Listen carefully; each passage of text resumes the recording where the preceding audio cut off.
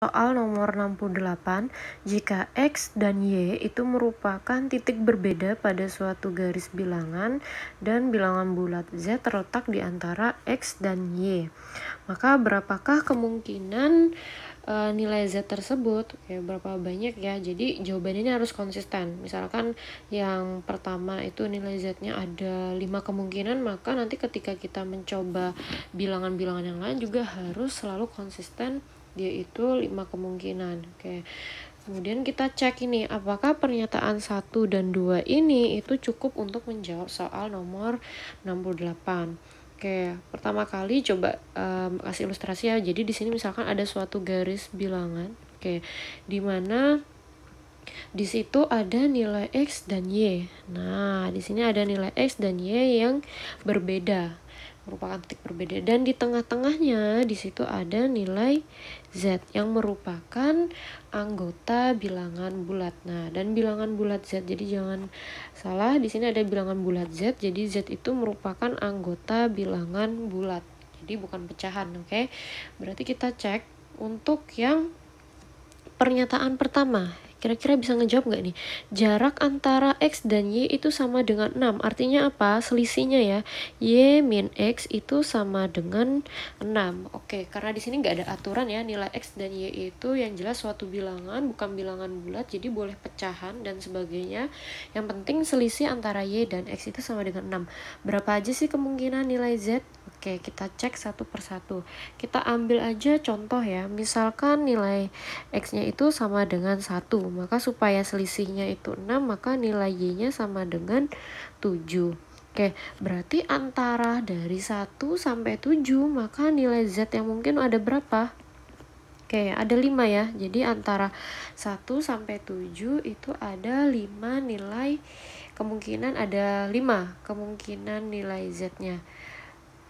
Mbak tuliskan berarti ya, misalkan nih Mbak kasih ilustrasi aja untuk yang pertama contoh. Berarti kalau misalkan si nilai X-nya di situ pertama 1, si Y-nya 7, maka kemungkinan nilai Y-nya nilai Z-nya itu berapa aja? Berarti ada 2, 3, 4, 5 dan 6. Berarti di sini ada berapa kemungkinan? Nah, di sini ada Mbak tuliskan ya, ada 5 kemungkinan untuk nilai si Z, kemungkinan nilai Z. Nah, gitu ya. Maksudnya seperti itu. Kita coba yang lain, apakah selalu ada 5 kemungkinan nilai Z untuk setiap nilai X? Karena pertama kita pakai nilai X-nya bulat. Coba kita tes yang lain lah, nilai X yang pecahan kan boleh ya. Ketika nilai X pecahan itu 3/2, maka nilai Y-nya berapa sih supaya selisih antara Y dengan X itu pasti selisihnya adalah 6 ya. Misalkan X-nya itu X itu pasti lebih kecil. Sorry. Coba misalkan di sini X-nya min aja ya, yang negatif, nggak salah ini. Nah, misalkan X-nya itu yang negatif 9/2. Kemudian nilai Y-nya itu katakanlah 3/2. Ini kita cek apakah selisihnya benar sama dengan 6 ya. Y min X berarti 3/2 dikurangi min 9/2.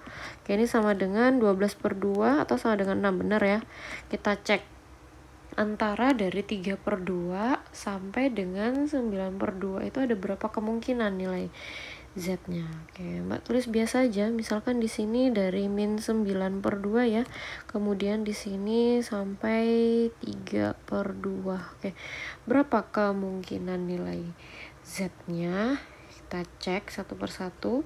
Berarti di sini tengah-tengah ada berapa? Min 8/2 ya. Kemudian ada min 6/2. Kemudian di sini ada berapa lagi? Min 4/2. Kemudian ada min 2/2. Kemudian ada berapa lagi? Ini banyak berarti ya. Nah, di sini ada banyak nih. Kemudian di sini ada min 1 ada 0, kemudian ada 2/2, kemudian stop, berarti 2/2 aja. Nah, berarti di sini ada berapa kemungkinan? Kita hitung, berarti ada berarti ada 1, 3, 4, 5, 6. Oh, ada 6. Oke, kasih ini deh. Ada 6 kemungkinan nilai Z. Oke, di sini ada yang nggak konsisten ya. Yang pertama itu ada 5 kemungkinan, kemudian di sini ada 6 kemungkinan. Atau seperti biasanya ini tidak sama. Nah, berarti kemungkinannya tidak konsisten. Oke, oleh karena itu apa artinya? Berarti pernyataan 1 ini masih belum cukup untuk ngejawab soal nomor 68. Kita cek untuk yang pernyataan kedua, Mbak tulis di sini aja ya. Oke, untuk pernyataan kedua kira-kira cukup nggak sih? Oke, ketika hasil perkalian X kali Y itu bukan bilangan bulat. Hasil kalinya yang bukan bulat, tapi setiap X dengan Y-nya boleh bulat lah ya, tapi nggak boleh dua-duanya bulat, karena dua buah bilangan bulat ketika dikalikan pasti nilainya bulat. Oke, misalkan nilai X-nya kita ambil adalah setengah. Kemudian nilai Y-nya sama dengan 3. Oke, hasil kalinya kan 3/2 ya, dan bukan bilangan bulat. Kita coba ketika nilai X-nya setengah, ya kita coba ini setengah. Kemudian di sini 3. Berarti kemungkinan nilai Z-nya berapa aja? Ini setengah berarti ada 1, kemudian ada 2. Nah, berarti di sini artinya ada 2 kemungkinan. Nah, di sini ada 2 kemungkinan nilai si Z, ada 2 kemungkinan nih. Nilai Z-nya. Oke, kemudian coba kita tes lagi apakah selalu ada 2 kemungkinan. Ketika kita coba nilai X-nya sama dengan, Mbak pakai negatif deh, -1, kemudian Y-nya sama dengan 7/2. Nah, oke. Berarti di sini -1 ya, nilainya -1, kemudian 7/2. Berarti kemungkinan nilai Z-nya berapa saja? Oke, berarti ada 0, kemudian ada nilai 1 ya, 1, kemudian ada 2, kemudian ada 3, stop. 7/2 itu 3,5. Berarti ada berapa ini kemungkinan? Nah, ada 4. Oke, ada 4 kemungkinan. Ada 4 kemungkinan si nilai Z. Berarti ini juga tidak konsisten. Nah, di sini ada 2, kemudian di sini ada 4. Artinya adalah pernyataan 2 juga masih belum cukup untuk ngejawab soal nomor 68. Kemudian kita tes untuk jika pernyataan 1 dan 2 kita gabungin. Nah, pernyataan 1 dan 2 kita gabungin.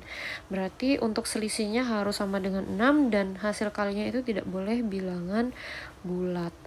Oke, berarti tuliskan lagi ya, berarti Y min X-nya itu sama dengan 6, kemudian nilai X kali Y-nya itu bukan merupakan bilangan bulat. Berarti kita ambil contohnya pecahan biar lebih mudah.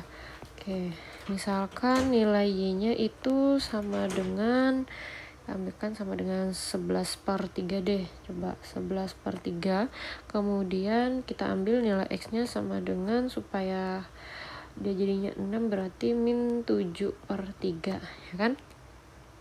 Hasil pengurangan Y dengan X-nya itu kan sama dengan berarti berapa? 11/3, kita harus dikurang ditambah jadinya ya, 7/3 sama dengan 18/3 yang merupakan sama dengan 6.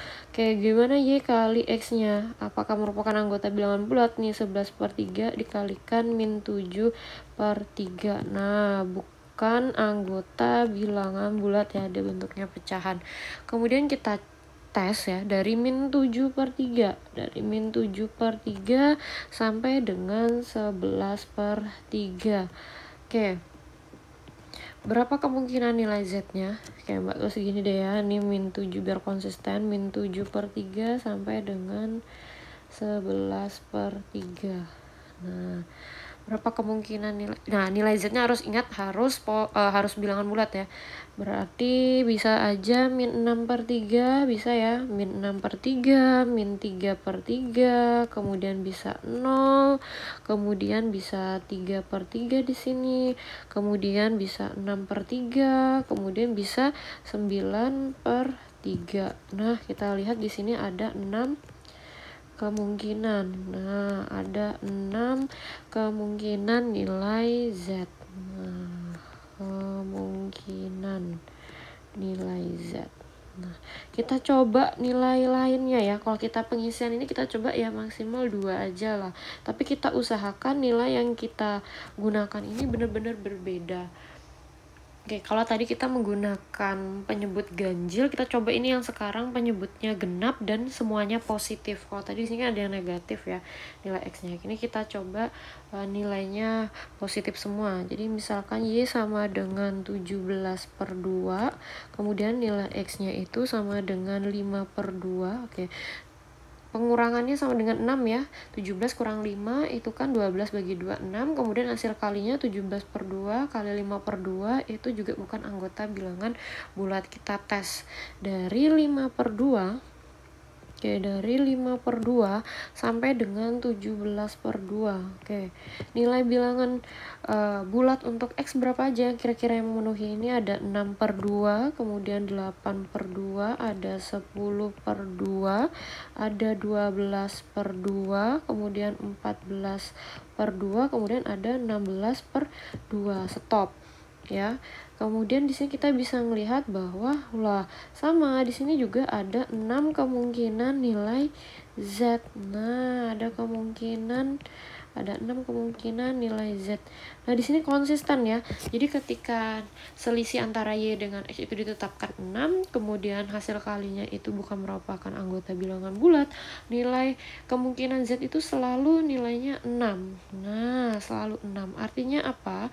Artinya pernyataan 1 dan 2 itu cukup ya, bersama-sama cukup untuk ngejawab soal nomor 68. Berarti jawaban yang paling tepat di sini adalah yang C.